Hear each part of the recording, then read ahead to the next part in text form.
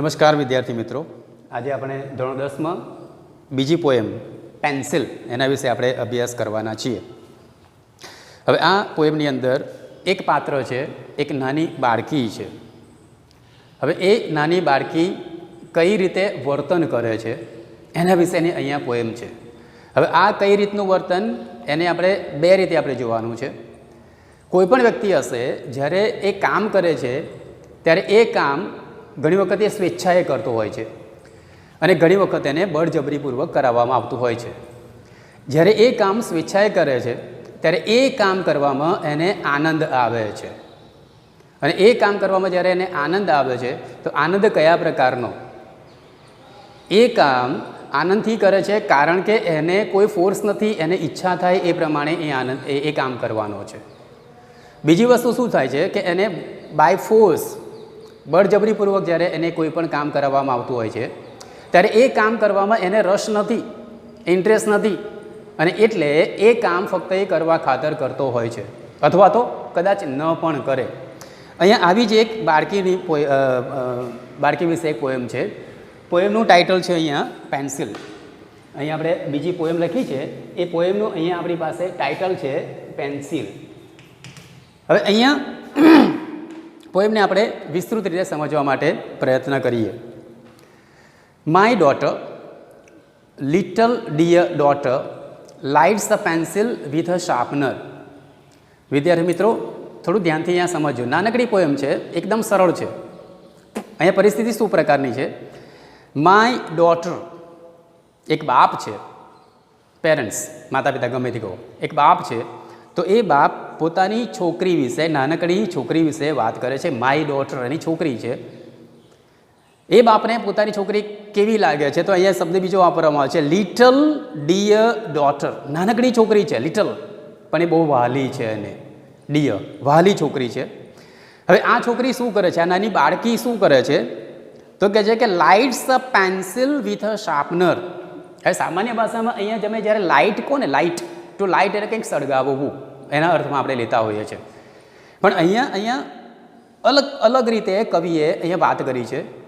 Lights a pencil, okay, pencil સળગાવે છે, પણ કેવી રીતે? વિથ અ શાર્પનર, સંચાનો ઉપયોગ કરીને પેન્સિલ સળગાવે છે. તો અહીંયા પ્રશ્ન થાય કે સંચા વડે પેન્સિલ કેવી રીતે સળગે?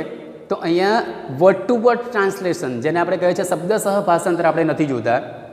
એને અન્ય રીતે સમજવા માટે આપણે પ્રયત્ન કરીએ.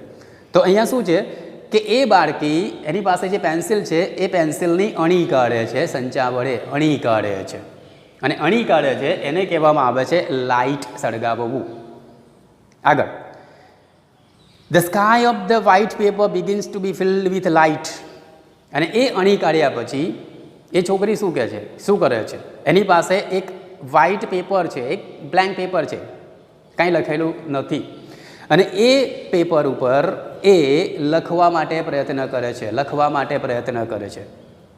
જેમ આપણે કંઈક નાનકડું બાળક હોય, એ નાનકડા બાળકને આપણે પેન્સિલ કે પેન આપી દઈએ, કાગળ આપીએ, તો એ કંઈક દોરે છે, કંઈક લખે છે. સામાન્ય પરિસ્થિતિમાં આપણા માટે એ કંઈક લીટા છે, પણ એના માટે એ એક પ્રકારનું કંઈક ડ્રોઈંગ પણ હોઈ શકે છે. તો એ કહેવામાં છે the sky of the white paper. આ જે વ્હાઇટ પેપર જે છે, સફેદ કાગળ છે, એનું સ્કાય આકાશ. તો એ કહે છે કે begins to be filled with light. તો એ પ્રકાશથી ઝગમગી ઉઠ્યું છે. કયા અર્થમાં? બરાબર જોજો. The black bird flying away with the tree. હવે વ્હાઇટ પેપરને આપણે યાદ રાખીશું. વ્હાઇટ પેપર એટલે કે કાગળ. એ કાગળ ઉપર આ નાનકડી છોકરી છે, એક ચિત્ર દોરે છે. ચિત્રમાં શું દોરે છે? હવે આ જે વસ્તુ છે એ બાળકીની કલ્પના છે, ઇમેજિનેશન આપણે જે કહીએ છીએ. અને એ કલ્પનામાં એ કયા પ્રકારનું દ્રશ્ય, ચિત્ર દોરે છે જોજો બરાબર. The black bird flying away with the tree. એક કાળું પક્ષી છે અને એ પક્ષી વૃક્ષ સાથે ઉડી રહ્યું છે. Flying away with the tree, વૃક્ષ સાથે ઉડી રહ્યું છે. વિદ્યાર્થી મિત્રો બરાબર સમજો, આ એક બાળકીની કલ્પના છે, બરાબર છે. અને કલ્પનાની અંદર મગજ નહીં આવે, મગજનો ઉપયોગ નહીં, બુદ્ધિનો ઉપયોગ નહીં. Okay. The black bird flying away with the tree, glasses on the eyes of the peacock. કે એ બાળકી એક ચિત્ર દોરે છે અને એ ચિત્રની અંદર શું છે તો કહે છે કે પીકોક છે, એક મોરનું ચિત્ર છે. મોરનું ચિત્ર છે ત્યાં સુધી બરાબર છે, પણ આગળ એ કરે છે glasses on the eyes of the peacock. એ જે મોર છે એ મોરના આંખો ઉપર એણે ચશ્મા દોર્યા છે. ધેટ મીન્સ કે એ મોર કેવો છે તો કે છે ચશ્માવાળો મોર. આગળ the fire chariot flying in the air. Fire chariot અહીંયા શબ્દ લખ્યો છે અગ્નિરથ, તો કે એ અગ્નિરથ જે છે એ હવાની અંદર ઉડી રહ્યો છે. ધ ફાયર ચેરિયટ, બરાબર છે. The airplane walking on the road. આ બાળકની કલ્પના છે, બરાબર યાદ રાખજો. આ હંમેશા યાદ રાખવાનું છે, બાળકની કલ્પના છે. અને એ બાળકી કયા પ્રકારનું ચિત્ર દોરે છે? The airplane walking on the road, કે વિમાન છે એ વિમાન રસ્તા ઉપર ચાલી રહ્યું છે. The lion having a conversation with the cow. બે વિરોધી બાબતો, એક બાજુ લાયન એક બાજુ કાવ, વિરોધી બાબતો, હિંસક, બરાબર છે. તો અહીંયા કહેવામાં આવે છે the lion having a conversation with the cow. એક સિંહ જે છે એ સિંહ ગાય સાથે વાતચીત કરી રહ્યો હોય એવું ચિત્ર એ દોરી રહ્યું છે. A one eyed sun on the black tree with a patch of cloud over there. એ જે સફેદ કાગળ છે એ કાગળની અંદર એણે એક ચિત્ર દોર્યું છે, અને એ ચિત્રની અંદર બ્લેક ટ્રી છે, એક કાળું વૃક્ષ છે. અને એ વૃક્ષ ઉપર શું છે? A one eyed sun on the black tree. એક વૃક્ષનું ચિત્ર દોર્યું છે અને એની ઉપર એણે એક સૂર્યનું ચિત્ર દોર્યું છે. પણ એ સૂર્ય અહીંયા કયા અર્થમાં લેવામાં આવે છે? કહે છે કે એ બાળકીની કલ્પના પ્રમાણે વન આઈડ સન, એક આંખવાળો સૂર્ય, બરાબર છે. તો એક આંખવાળો સૂર્ય છે, અહીંયા આ ટ્રી છે, ઉપર સૂર્ય છે, અને with a patch of cloud over it, અને એની ઉપર વાદળનો ધબ્બો છે, એટલે કે વાદળ પણ અહીંયા એણે દોરેલું છે. A blue fish flying on the forehead of the cloud. અને આ વાદળની ઉપર એક બ્લુ ફિશ છે, માછલી, ભૂરા રંગની માછલી છે. તો એ માછલી આ વાદળનું જે લલાટ અથવા તો કપાળ કહીએ, ફોરહેડ, કપાળ, તો એ કપાળ ઉપર એ માછલી જાણે કે ઉડી રહી છે. માછલી ઉડી રહી છે. The yellow butterfly swimming in the waterfall. Waterfall, ધોધ. તો કે છે એક ધોધની અંદર યલો બટરફ્લાય, એક પીળા રંગનું પતંગિયું કે છે કે એ તરી રહ્યું છે. બરાબર સમજો છો?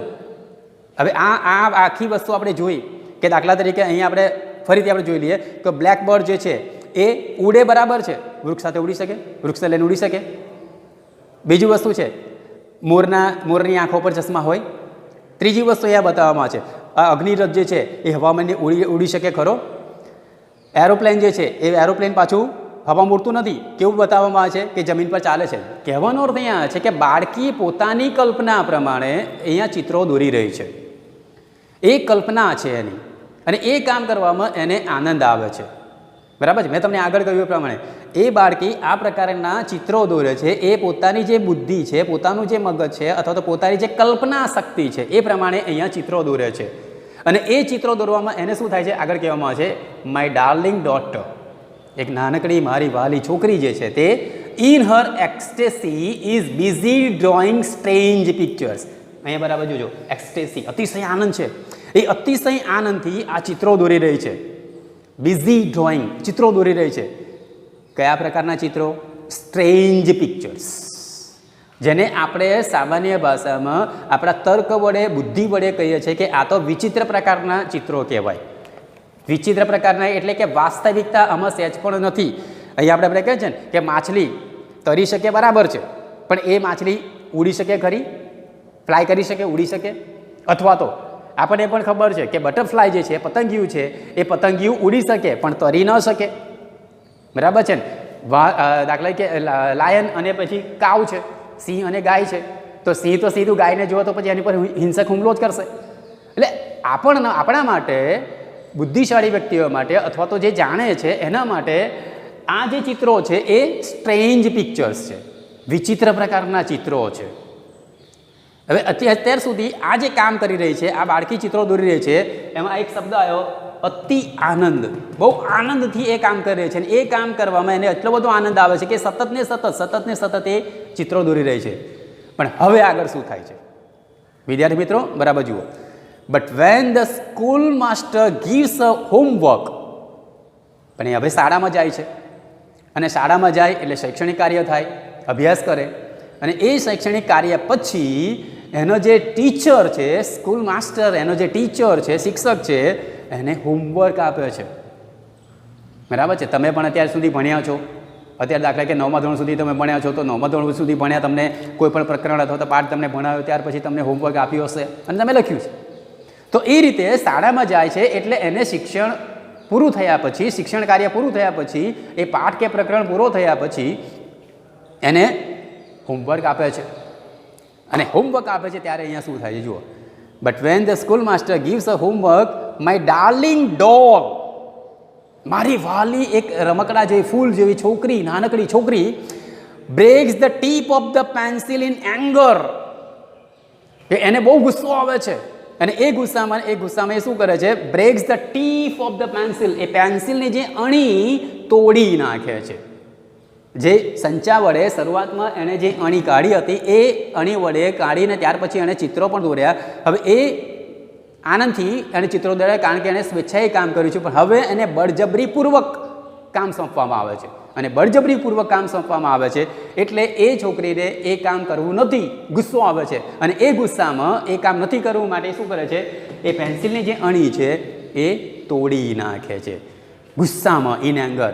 And the candle of the pencil is extinguished, અને જેવી એ અણી તોડી નાખે છે કે એ પેન્સિલની કેન્ડલ રૂપી અણી, મીણબત્તી જેને આપણે કહીએ છીએ, પ્રકાશ, તો એ એક્સટિંગ્વિશ્ડ થઈ જાય છે. એક્સટિંગ્વિશ થઈ જાય છે એટલે કે ઓલવાઈ જાય છે.